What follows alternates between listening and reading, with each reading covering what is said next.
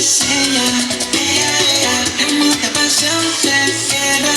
Oh, la protagonista es ella. І ночі постаті світна планета, повна душа без адрес.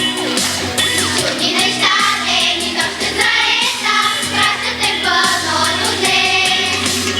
Я отразява доброто човека, нея доброто лети.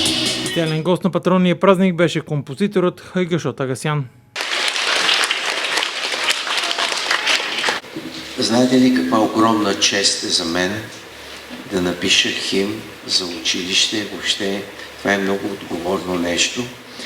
И ние се познаваме, в смисъл от преди години.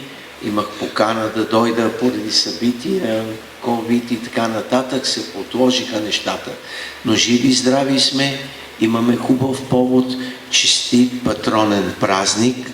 Много съм трогнат от вниманието, от посрещането, от емоцията.